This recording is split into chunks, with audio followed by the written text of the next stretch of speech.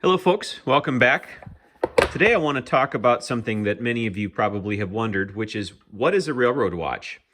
Probably heard that term somewhere before. There's some belief that railroad watches are more valuable than regular watches, but what exactly does that mean? That the watch was used by a train engineer? That it was the property of a railroad company? That there is, like this watch, a picture of a train on the case or the dial? Well, actually, what a railroad watch is depends on when you mean, though spoiler alert, it has nothing to do with having a picture of the train on the watch. Railroad construction began in the U.S. in the late 1820s. The Baltimore and Ohio, the name living on in the Monopoly game, began operation in 1830. Throughout the next decade, construction carried on haphazardly with little coordination between lines, and by 1850, transportation became a complicated mess with tentacles of track crawling across the country. In 1869, the Transcontinental Railroad was completed, beginning the era of rapid long-distance travel. I think many of us associate railroads and the American West. Railroad construction moved westward as our country expanded in that direction, and so many period movies and TV shows are centered on trains, either train robberies, travel, cattle drives, etc. And the Wild West is an apt name for how early railroads operated. So what time is it anyway?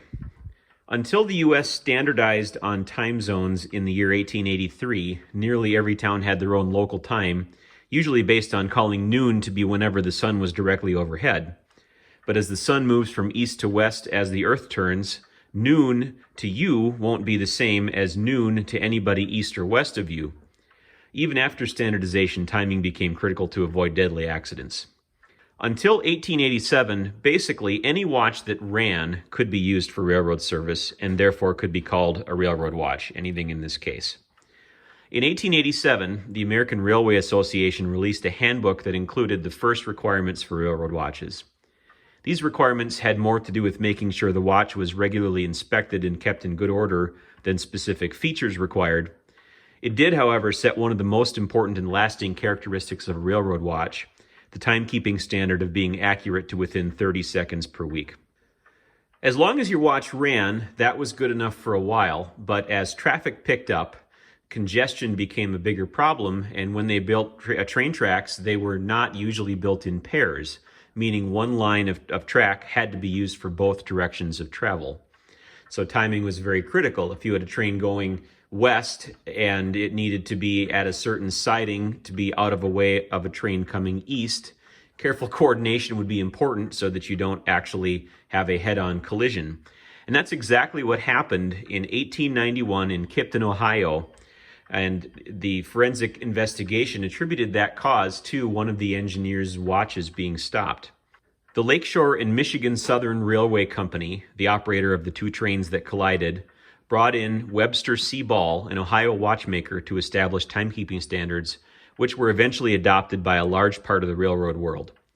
As far as I've been able to determine, Webb C. Ball did his job well and solved the safety problem, but this turned out actually to be a pretty lucrative arrangement for Ball as well, as he formed a watch company reselling watches from Hamilton and Waltham with his name on them, and then was able in some cases to mandate that the only acceptable watch for the railroad was one that had his name on it. But one of his important contributions was his list of requirements for a watch to be considered railroad grade. He came up with this in 1893, and this is one of the most common lists that people will point to. And that is to be open face, size 18 or 16, have a minimum of 17 jewels, adjusted to minimum 5 positions, adjusted to temperatures of 34 to 100 degrees Fahrenheit, a steel escape wheel, to be lever set, to have micrometric regulation, and be a Lepine caliber. So let's talk through these requirements. Watch size refers not necessarily to the size of the case, but to the width of the movement plate using an archaic scale called leans. These are 18 size watches. They're large, and there's a slight range of different size 18 watches, but these are very common. You'll see these a lot. These watches are called 16 size, and get a better camera angle on this, and they seem a lot smaller than the difference between a number 18 and a number 16 on the scale. And a lot of that has to do with the size of the case. You can see the thickness of the case on this 18 size watch compared to the very slim case on this 16 size watch. But if you overlay the dials, they're actually reasonably close in movement size. So anyway, 18 size, 16 size. This guy is a 12 size, and this little baby is a 6 size. All right, so the railroad watch needs to be either size 18 or size 16. It also has to have a minimum of 17 joules. Joules are the bearings of a watch. Low-grade watches use joules only where absolutely necessary on the highest wear points of the balance wheel and pallet fork stones. Higher grade watches add joules farther up the train, which minimizes wear and increases the life of the watch. A 17 joule watch has the following joules: 4 joules on the balance staff, a pivot joule with a hole in it, and a cap joule that does not have a hole in it on each end of the balance staff. A roller joule on the balance, and that's what actually gets impulsed by the pallet fork. 2 pallet stone joules on the pallet fork that contact the escape wheel. 2 joules on the pallet fork itself, 2 joules on the escape wheel, 2 joules on the fourth wheel, the third wheel, and the center wheel. Adjustment. Getting a watch to tick is relatively easy. The challenge is maintaining a consistent rate. A typical pocket watch runs at 18,000 beats per hour, which means it beats more than 3 million times per week. The railroad standard of better than plus or minus 30 seconds per week requires the watch to be at least 99.9951% accurate. With this tiny margin of error, things like material size changes due to temperature and the way the watch pivots ride in the joules in a given orientation of the watch start to matter.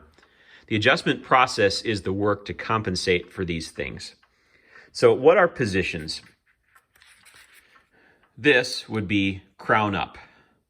This would be dial up, dial down, crown down, etc. So adjusting a watch is not so much about getting it to keep perfect time as much as it is keeping it to be the same time no matter what position it is.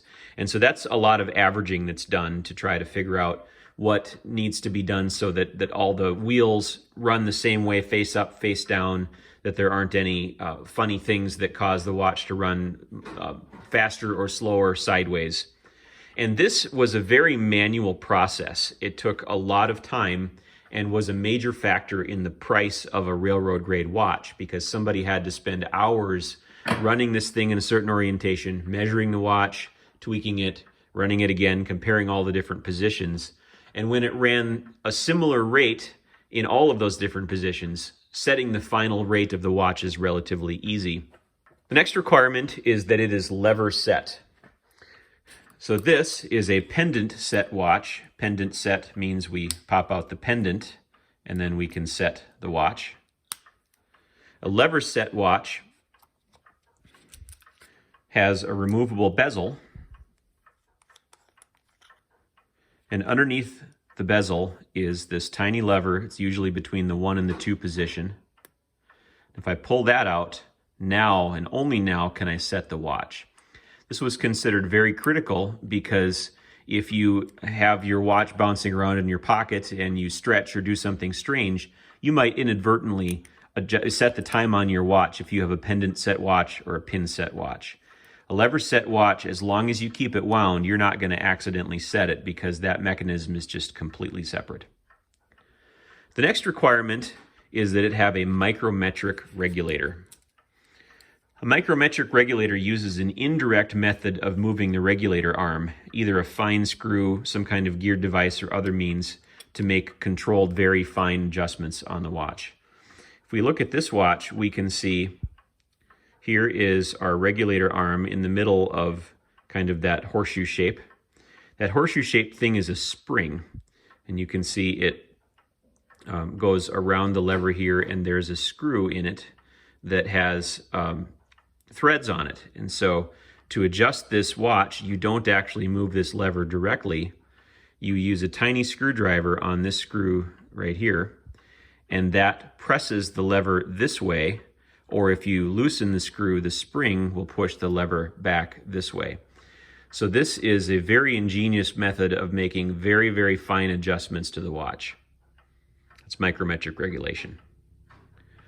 The last one is Lepine caliper, and this is a little bit strange because it's a French guy, watchmaker, who really changed how watches were built. So early watches had fusees and were very complicated. They used a fusee, which is something I'll do another video on. It was a method of evening out spring power as the watch ran down, and that compensated for crude workmanship and poor quality materials.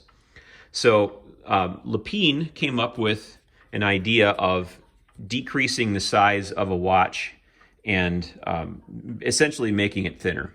So this is a keywind watch, and it is called the full plate watch, and you can see that the balance is on top of the full plate.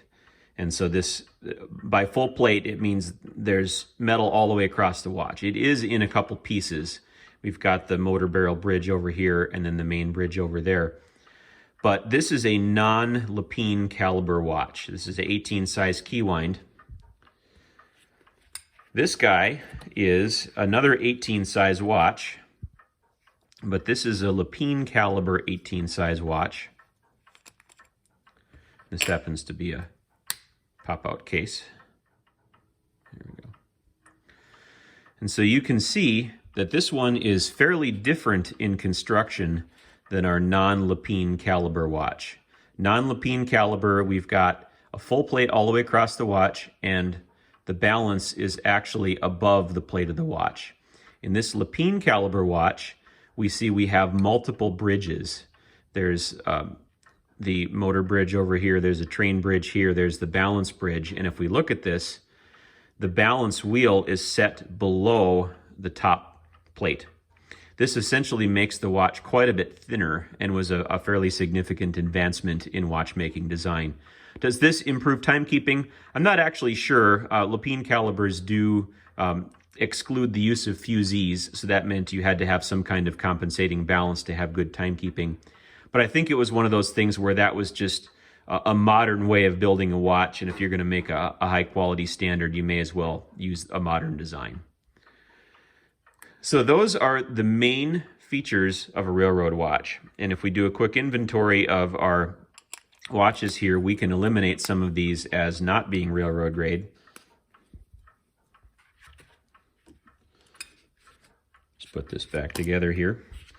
So we said size has to be either 18 size or 16 size. So our 6 size and our 12 size, they've got to go. They're not going to meet that standard.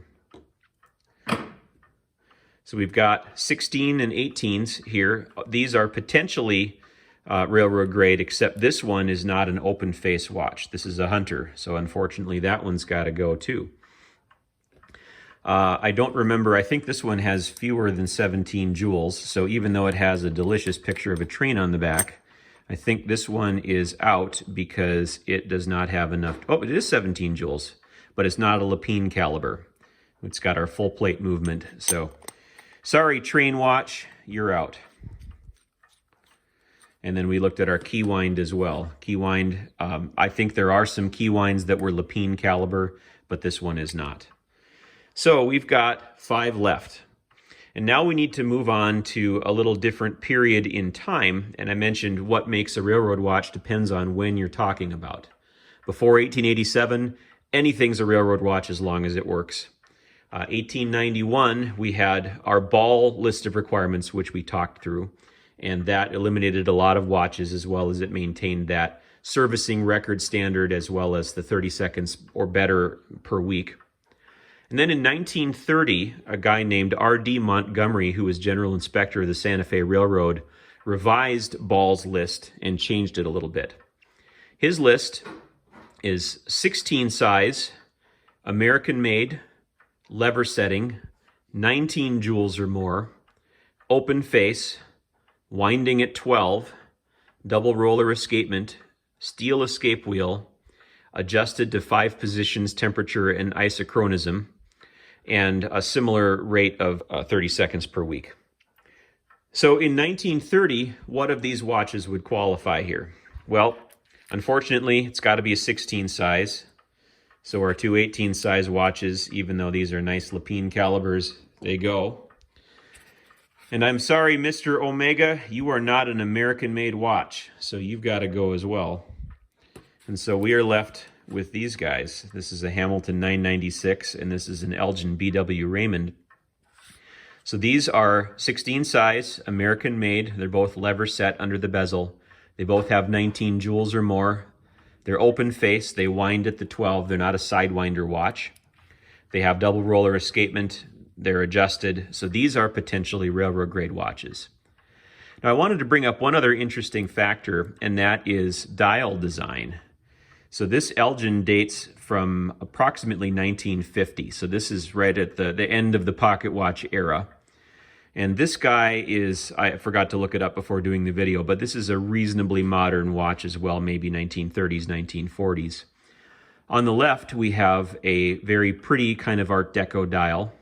And on the right, we have a rather busy dial that's got every minute marked out, and the 5-minute marks are in red.